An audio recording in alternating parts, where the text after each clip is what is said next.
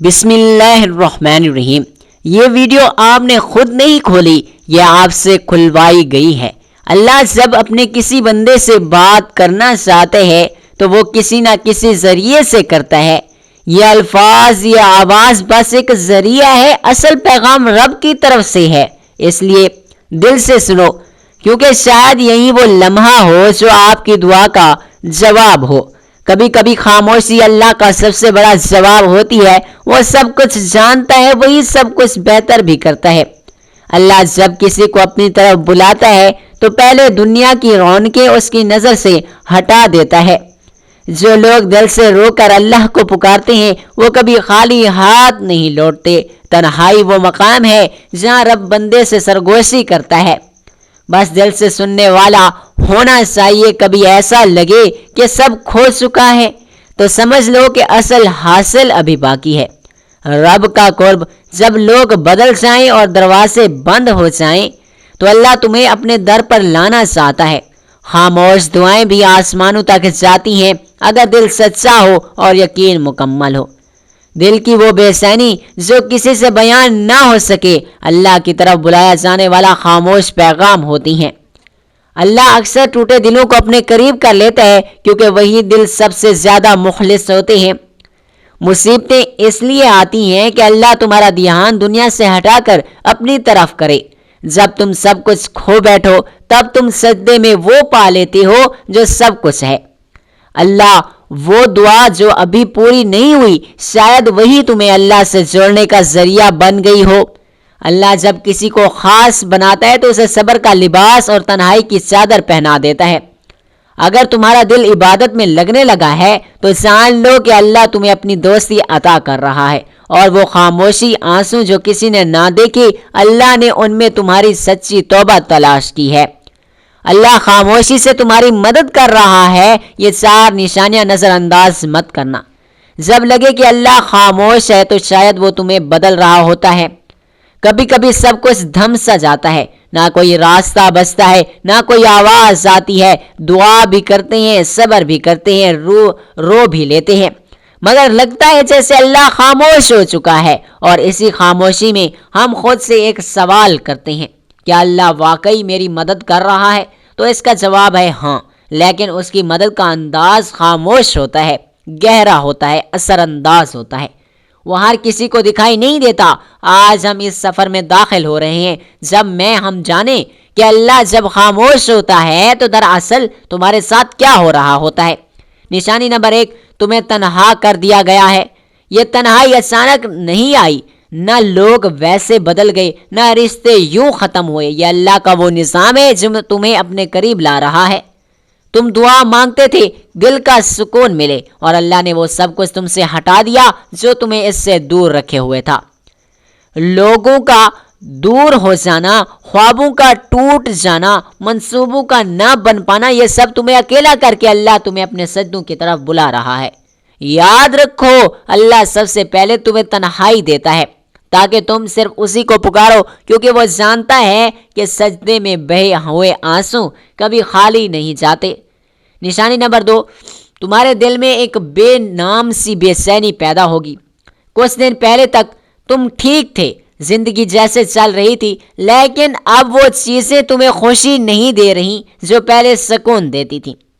یہ بے چینی اللہ کی طرف سے ہے، وہ تمہیں دنیا کے جال سے آہستہ آہستہ نکال رہا ہے۔ یہ ادھورا پن تمہیں یاد دلاتا ہے کہ تم اس دنیا کے نہیں بنے۔ جب اللہ کسی بندے کو اپنے قریب لانا چاہتا ہے تو وہ اس کے دل میں ایسی پیاس پیدا کر دیتا ہے جو دنیا کی کوئی چیز نہیں بجھا سکتی۔ یہ پیاس صرف سجدے کی ٹھنڈک سے بجھتی ہے۔ یہ بے چینی صرف اللہ کے ذکر سے سکون میں بدلتی ہے۔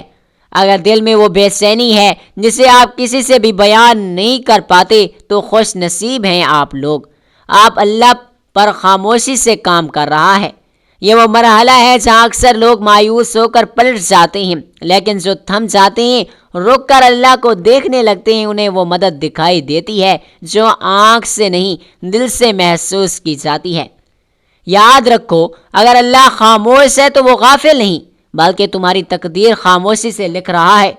کبھی کبھی انسان چیخنا چاہتا ہے، کسی کو زور سے پکڑ کر کہنا چاہتا ہے کہ میں تھک گیا ہوں، لیکن جب کوئی سننے والا نہ ہو تو بس آنکھوں سے خاموش آنسو بہتے ہیں اور دل سے ایک فریاد نکلتی ہے، یا اللہ اور کتنا آزمائے گا، تو جان لو یہ سوال، یہ تھکن سب بے وجہ نہیں۔ نشانی نمبر 3، آزمائشیں بڑھ گئی ہیں اور تم خود کو کمزور محسوس کرنے لگے ہو۔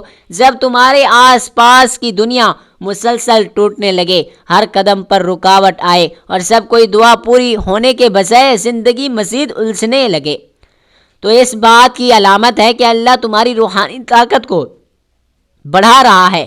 قرآن میں اللہ فرماتا ہے، اور تمہارا صبر صرف اللہ کی مدد سے ہے۔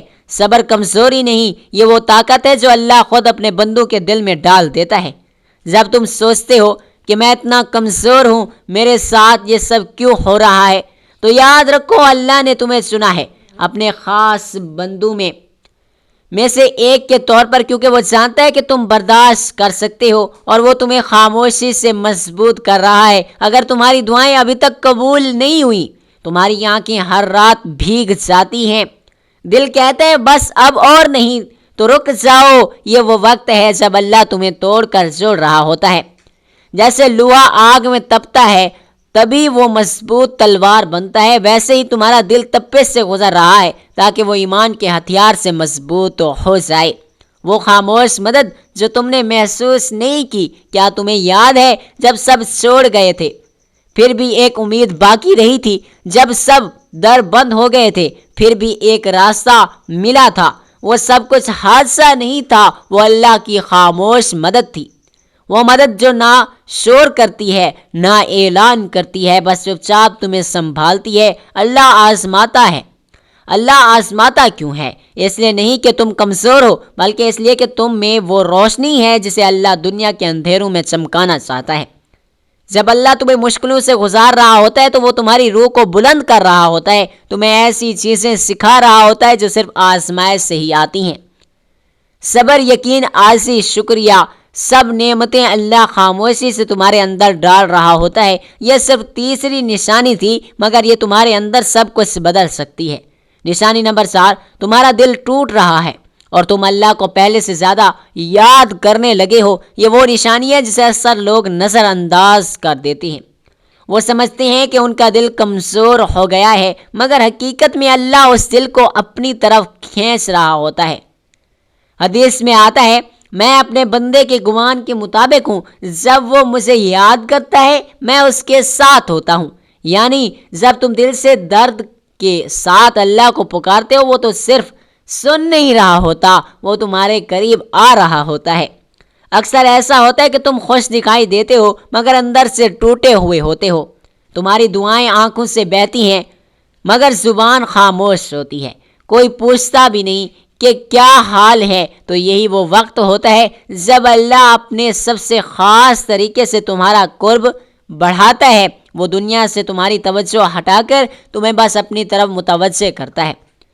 جب سب نے تمہیں سمجھنے سے انکار کر دیا، تب تم نے اللہ سے دل کی باتیں شروع کر دی۔ جب کوئی ساتھ نہ رہا تب تم نے سجدوں میں دیر لگانی شروع کر دی۔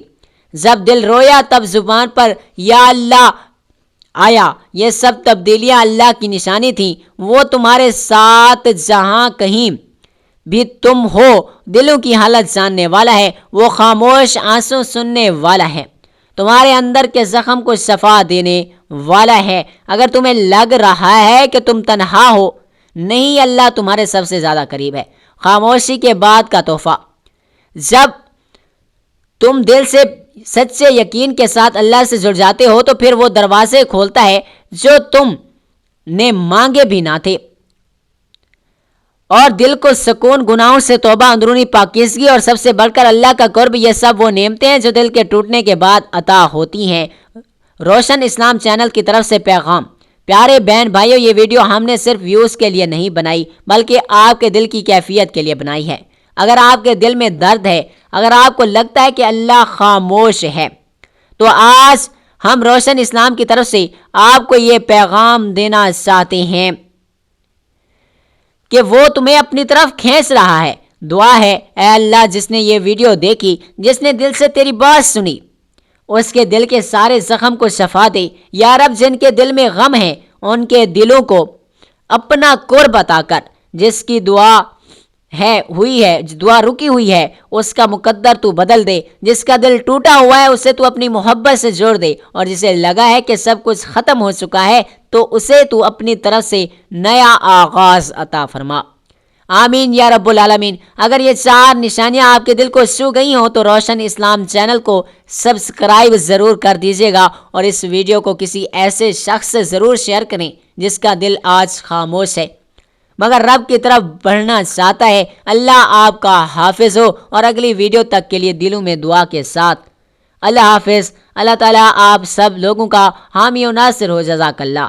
بڑھاپے میں یا بڑھتی عمر میں پڑھنے والی دعائیں جو رسول اللہ صلی اللہ علیہ وآلہ وسلم سے معقول ہیں، قرآن سے ماخوذ ہیں، ان کا مقصد صحت، دین پر ثابت قدمی، حسن خاتمہ اور بخشش کی دعا کرنا ہوتا ہے۔ نیچے چند مسنون اور مؤثر دعائیں اردو ترجمے کے ساتھ دی جا رہی ہیں جنہیں آپ پڑھ کے اپنی زندگی کو بہتر بنا سکتے ہیں، جو بڑھاپے میں روزانہ پڑھی جا سکتی ہیں۔ بڑھاپے میں کمزوری سے پناہ کی دعا۔ اللہم انی اعوذ بکا من الحرم۔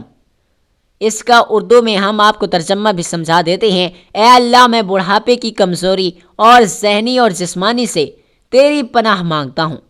یہ صحیح بخاری کی احادیث ہے اور اس کتاب سے لی گئی ہے۔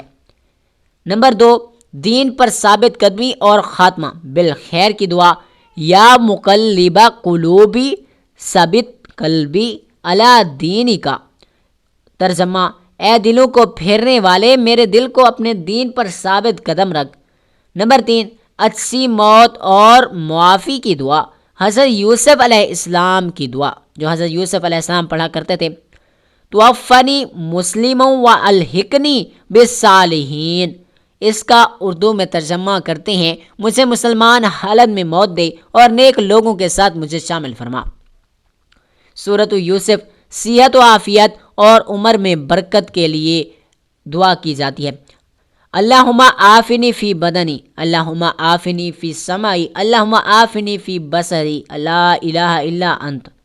اے اللہ، میرے جسم میں عافیت عطا فرما، میری سماعت میں عافیت عطا فرما، میری بینائی یمی عافیت عطا فرما۔ تیرے سوا کوئی معبود نہیں، تو ہی ہمارا معبود برحق ہے۔ سنن ابو داؤد۔ آخروی نجات کی دعا، قرآنی دعا، ربنا اغفر لی والی والدی وللمؤمنین یوم یقوم الحساب۔ ترجمہ، اے ہمارے رب، مجھے، میرے والدین کو اور سب ایمان والوں کو بخش دے جس دن حساب قائم ہوگا۔ سورۃ الابراہیم۔ کمزوری، ذلت اور محتاجی سے پناہ کی دعا۔ اللہم انی اعوذ بک من العجز والکسل والجین والحرم والبخل والعذاب القبر۔ اے اللہ، میں تیری پناہ مانگتا ہوں کمزوری سے، سستی سے، بزدلی سے، بخل سے اور عذاب قبر سے۔